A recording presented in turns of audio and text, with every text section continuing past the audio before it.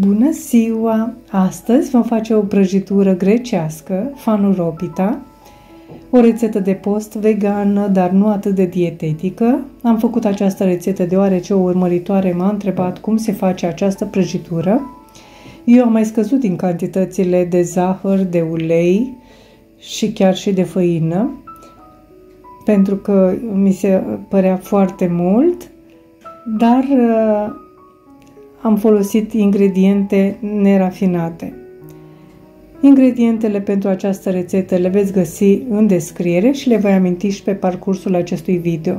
Pentru început vom precălzi cuptorul la 200 de grade Celsius și vom pregăti o tavă din aceasta cu inel detașabil cu diametru de 25 de cm. O vom pregăti cu hârtie de copt.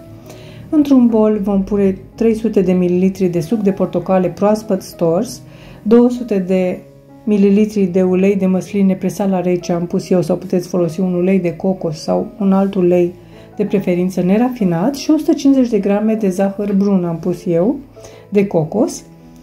De aceea prăjitura va ieși așa mai bronzată.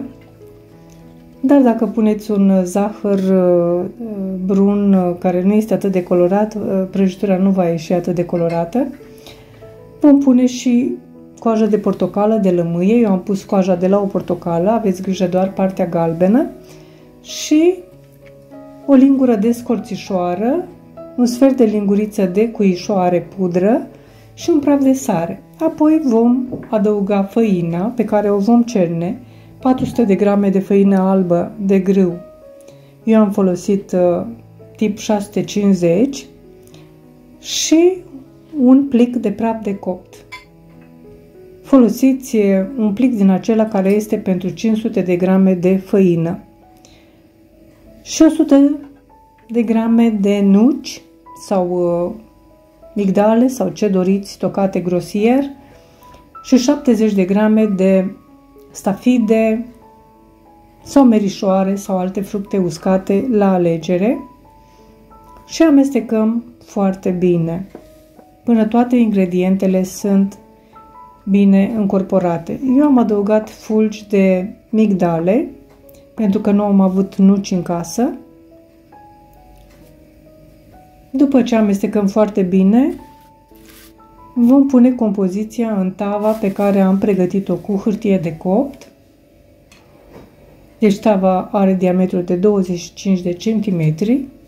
Dacă aveți o tavă din aceasta cu inel detașabil, dacă nu, oricare altă tavă aveți. Compoziția este, așa cum se vede, lipicioasă, nu este ca un aluat de pâine.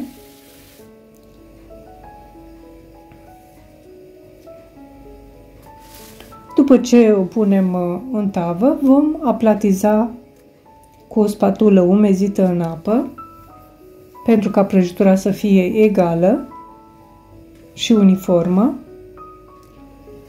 Iar apoi introducem tava în cuptorul preîncălzit și vom reduce temperatura la 160 sau 170 de grade Celsius și o vom lăsa pentru 55-60 de minute. Acum depinde de cuptor. Eu am un cuptor electric pe care l-am încălzit sus și jos. Eu am ținut-o 50 de minute la cuptor.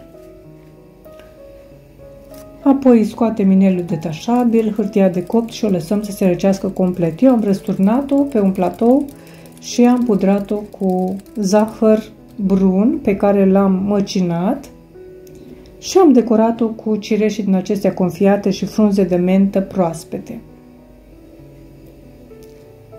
Dar dumneavoastră o decorați cum vă place. Și acum să vedem cum este în interior. Să știți că este o prăjitură sfărâmicioasă, la fel ca toate prăjiturile de post, care nu conțin semințe de in sau tărâțe de psilium sau altceva care să lege. Dar este o prăjitură delicioasă. Eu vă doresc poftă bună, vă mulțumesc pentru vizionare și vă aștept la o nouă rețetă data viitoare. La revedere! O zi bună!